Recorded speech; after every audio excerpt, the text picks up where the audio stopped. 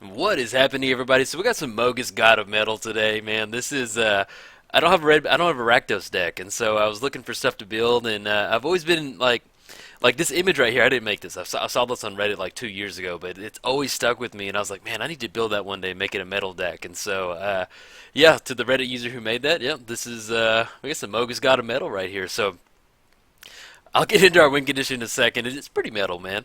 But as far as, let's start off with Mogis. So Mogis is indestructible, and as long as your devotion to black and red is less than 7, he isn't a creature.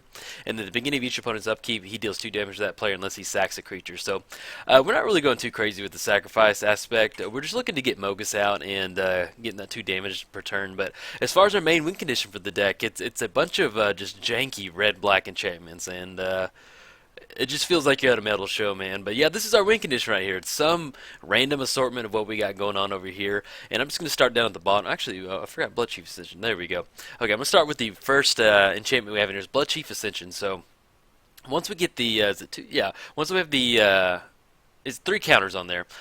Once a card hits their graveyard, they're going to lose 2 life. So you can, if you're running Blood Chief, you can run Mind Crank in the deck too, and that'll create an infinite combo. I'm just not a huge infinite combo person in Commander, so I opted not to run Mind Crank. But you can definitely run it in there if you want to. It'll make an infinite combo because they'll lose a life, card hits the graveyard, then when a card hits the graveyard, they lose a life, and then it just keeps going until one or two things happen. Either A, they run out of life, or B, they run out of cards. So Blood Chief with Mind Crank is another way to close it out if you're going for a little bit more of a combo, but I opted not to do that. Next we have a Rain of Gore, so if an opponent would gain life, they lose that much life. And once again, with these enchantments, this is, I'm not really running any type of combo among them. It's just more just trying to create this really weird board state for our opponent. Next we have Sulfuric Vortex. At the beginning of each player's upkeep, that Vortex does 2 damage to that player. Then if they would gain life, they gain no life instead. So once again, we're trying to amplify that, use it in addition to Mogis right there. And plus the double red adds to his devotion, so that definitely helps. We also have Spell Shock, so whenever a player casts a spell, deals 2 damage to that player. Cashing in on them, casting spells, and Citadel of Pain. So at the beginning of each player's in-step, Citadel of Pain deals X damage to that player, where X is the number of untapped lands you control, and that counts for both of us. So if you're playing against a blue deck and they're trying to hold up mana to counter stuff, they're going to take damage equal to the number of untapped lands they have. So once again, these enchantments are just creating like this really weird board state. We have Price of Glory, so it's kind of hitting on the Citadel of Pain aspect, but if they tap a land during our turn, it's going to destroy that land. So if they're holding up counter magic, silly blue mages, we can get the metal show up and run with the Price of Glory. Tainted Remedy, kind of like Rain of Gore. If opponent would gain life, that player loses that much life instead. There's not too much. Well, when I play Commander, I don't see a whole lot of life gain, but if you just happen to just play against the Karlov or something like that, you're like, yeah, Windmill slam that bad boy down. We have Dark Tutelage. This is in here just for card draw. It's the enchantment version of Dark Confidant. Then we've got War's Toil, man. Let's get it. There we go. When an opponent taps for mana, tap all lands that player controls. If a creature an opponent controls attacks, all of the creatures attack. So this is one of those really cool cards. You get it down, and it's kind of like Mana Web, in that if they tap a land, they have to tap all of them. So what you're doing is you're making them, if they tap for anything during the turn, they have to do it all during either their first or their second main phase. So really fun card to play with. We also have No Mercy as a way to kind of keep our opponent from attacking us. So whenever a creature deals damage, you destroy it. So really fun. Like I played against Slivers with this, and he blew it up with a Harmonic Sliver, but against an aggro type deck, oh, it's really good to have out there. We also have Furnace of Wrath. So Furnace of Wrath, if a sorcerer deal damage to a creature or player, which counts for both us and our opponent, it deals double that damage. So if we get Furnace of Wrath, first of all, it's 3 devotion right there towards Mogis. So you get him down, he's already 5, and that's not including any other enchantments you get out there. But with Furnace of Wrath, it turns his 2 damage trigger into 4 damage return. And that adds up pretty quick if you're getting some turns going. Then with Exquisite Blood, whenever opponent loses life, you gain that much life. We also have Burning Sands. Whenever a creature dies, that creature's controller sacrifices a land. Really nasty. You can Damnation and Burning Sands. It's kind of one of those things where, like, if you can use it as a last resort. But I usually, if I get Burning Sands out, I'm just usually going for some spot removal. But it's entirely possible to kill everything they got going on if you Damnation. Then we have Painful Quandary. Whenever an opponent casts a spell, that player loses 5 life unless he or she discards a card. So it's on our opponent, yeah. So, but this is another. It kind of adds on to the kind of like the War's Toil, where you're just creating this really weird board state to where you're kind of punishing them for doing anything, and it's just fun. It's fun getting a mix of these out there, seeing if your opponent can fight through the maze because you know the win percentage on this deck. Well, I don't know, it's okay, but it's just seeing if your opponent can get through it. Then Havoc Festival. Oh man, players can't gain life at the beginning of each player's deck if that player loses half his or her life rounded up. So this is one of those where if you get into some quick mana, you get this down, you can just really feel like you can feel it coming down.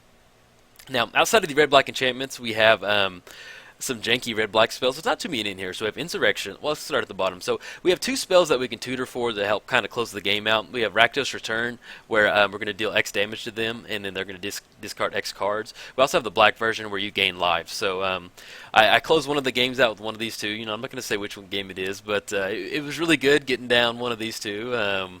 Might have been Rakdos Return. I don't know. But yeah, it's just something really cool. Just like, it just feels so metal about that. Like you're going for a solo or something with those. We also have Temporal Extortion. So whenever you cast it, any player may pay his half of his or her life, and if that player does, they'll counter the spell. If not, we get to take an extra turn. So I got to fire this bad boy off. It's a lot of fun. We're also running Urborg in there, so and it's not really that hard to get into. Quadruple black mana anyway. So once again, this is kind of hitting on the enchantments where it's just a fun spell to play. Like, I'm just mainly going for just fun red-black stuff. And then we have Insurrection. Untap all creatures, gain control of them until end of turn, they gain haste. So, we're paying full sticker price for this, 8 mana. We're not cheating it out like Nin or something like that. So, but it's one of those where it can definitely be a closer for you. You know, if you kind of grind them out with Mogis, get their life total down, you can get that Insurrection up and running. Outside of these, as our win conditions, we have a couple unique creatures. So we've got the Merciless, so whenever an opponent casts a spell, deals damage to that player equal to that spell's converted mana cost. Grey Merchant, so we can pop them for Devotion, since we're already trying to get Devotion up for Mogis. Lightning Reaver, so it has Haste and Fear. Whenever it deals combat damage to a player, put a charge counter on it. Then at the beginning of your end step, it deals damage equal to the number of charge counters on it to each opponent. So if you can get this down kind of quick, start pinging him in there for that damage, then you have like a Furnace of Wrath out there. It really starts to add up. We have the Legion here, red-black Legion, just to get Devotion in here, and then it pumps Mogis too with the red and the black right there. So then if it becomes the targeted spell or ability, target opponent loses 4 life. So we're still keeping with the kind of janky life damage or life loss right there. Then we have the Mancer, the zombie wizard right here, man. Enters the battlefield, deals damage equal to the number of non-basic lands they control.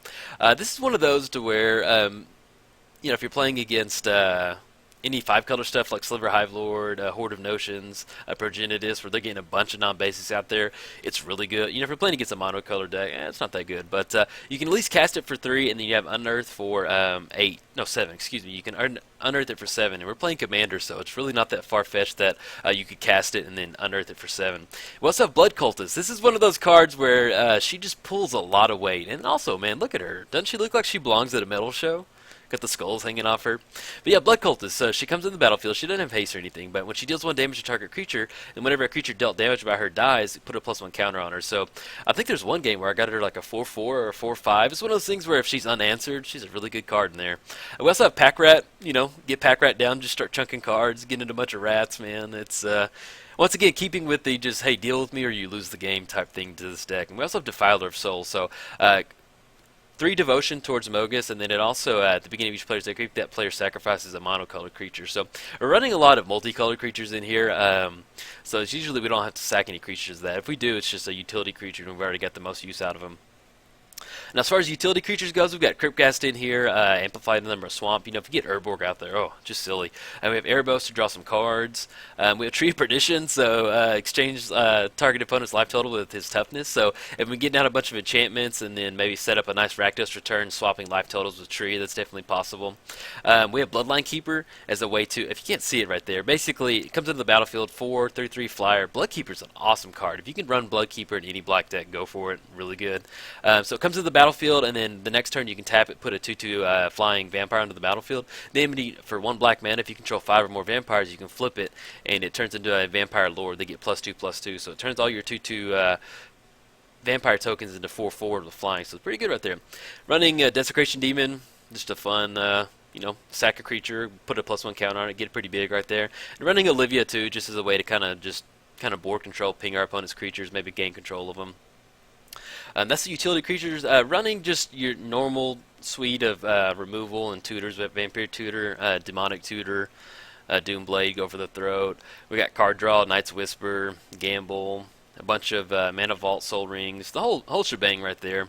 Also running Damnation. We're also running Deadly Tempest. This is kind of in between removal and janky spell to close the game out. So destroy all creatures. Each player loses life equal to the number of creatures he or she controlled that were destroyed this way. So another way to kind of get ahead on if our opponent's getting a life total down, either from Mogis or some Furnace stuff out there. But another way to kind of just get a little bit of an edge out there. But I think, oh, and also Toxic Deluge. Oh, I missed Phyrexian Arena. I meant to put it over in the enchantments, but I missed it. Phyrexian Arena in there for card draw too. So we're also in a Toxic Deluge, so it's another way to kind of cheaply get the board down by paying extra life to clear everything out. But I think, as far as the mana base, it's just your standard red-black mana base, Ancient Tomb. Nothing too crazy over there. As far as utility, I don't think we have any utility lands over here.